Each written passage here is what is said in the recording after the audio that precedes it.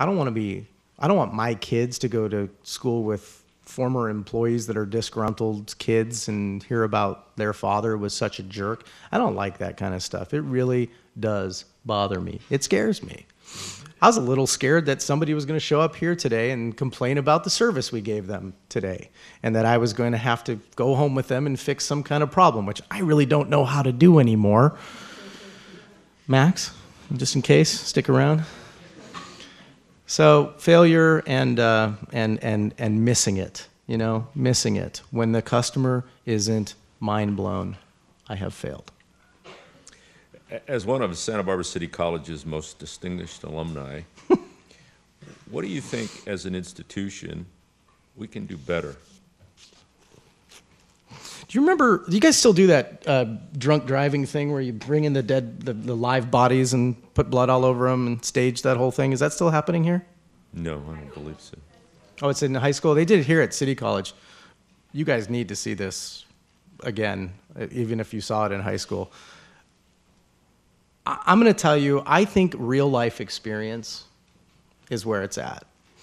School's very important, no question. But there has to be some practical use for that. And so my point to you is, funny how I remembered seeing those students as actors. It'll never leave my mind. And every time I think, if I had a drink tonight, I'm not going to drive because I don't want to kill myself or somebody else. And that's not something, we all know, by the way, don't drink and drive, right? But if I showed you a dead child that was killed in a drinking and driving accident, it's probably going to hit a little closer and help you rethink it the next time you choose. So I really think that hands-on experience, and I'll tell you right now, guys, you want to know what happened for me right here at City College? I lived at Oceano, right over there. I used to walk across. I walked into your City College bookstore one day. I needed a computer. I had one of those. Never mind, you won't even know what they are. It was like a typewriter, but it's stored. Anyhow, you know what a typewriter is? So I walked in and I bought an IBM PS2 Model 55SX, 386 SX 16 megahertz processor with a 60 megabyte hard drive, right? Not gigabytes, megabytes. Floppy diskettes, Windows 3.1. $2,799. I paid $55 a month for 5 years for it. I sold the thing 3 years into it and continued paying it off. But the next day, when I went in there and the guy who sold it to me was selling another one, he asked me, or I saw what he was doing. I said, oh, here, let me show you how to do that. He if it were my bookstore. So I helped him sell this computer. And he said, hey, would you be interested in an IBM internship? Bam. So I became an IBM intern, and then I became an IBM employee.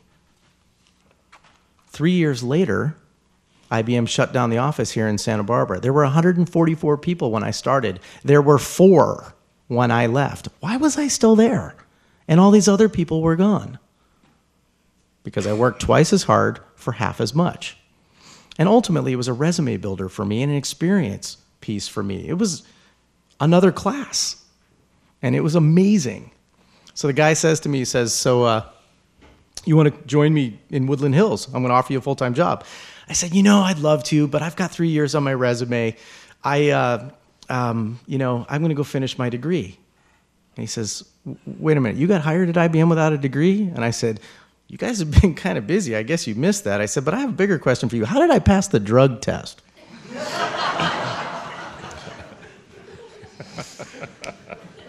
I was 19. Eric, what lies ahead for you, do you think? What are the new challenges and opportunities and adventures you're looking forward to and contemplating? So ultimately, we're working on something pretty cool right now with our company, and if it happens, you'll all know about it. That's how cool it is, and I'm excited about that. It's kind of it's kind of where you're heading, right? You want to achieve something great, and you want to get it to a point where it goes. Ultimately, what I would love to see is for my 2 boys. I have a 14-year-old and a 10-month-old. Quick story there. My ex-wife, the mother of the 14-year-old, is the babysitter for the 10-month-old. Talk about entrepreneur to CEO evolution, right? Modern family. It's not easy. She's a great babysitter, too, and she's free. Well, not really. Is this being recorded? Can you edit that, please? I want my children one day to be cruising around some random cool city and say, that's my dad's company. If I sell this thing, I don't want it to get cannibalized. I don't want what happened to Geek Squad when Best Buy acquired them, because it was an amazing company beforehand. But today it's ordinary. And I'm not disparaging. I grew up with IBM. We don't talk bad about the competition, but it's not what it should be, in my opinion.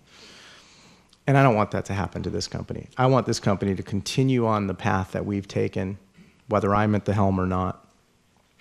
So that's my ultimate goal. And then I want to have so much money that and I'm not going to define a number, that I can go anywhere I want, how I want, all the time. I just want to travel the world and see everything I possibly can with my family in the most comfortable way possible. That's what I want, period. And if I could do that for free, I would, but I can't. Wow. Well, I want to remind everybody, please, that as we finish here with Eric, there's going to be an event out in the lobby where there's food. You'll get a chance to meet Eric and talk with him if you'd like. But I would like to extend, on behalf of the Scheinfeld Center for Entrepreneurship and Innovation, the Small Business Development Center, and Santa Barbara City College, our sincerest thanks for you being here today. You have inspired and awed all of us, I'm sure. And thank you, Eric, for being here. Thank you.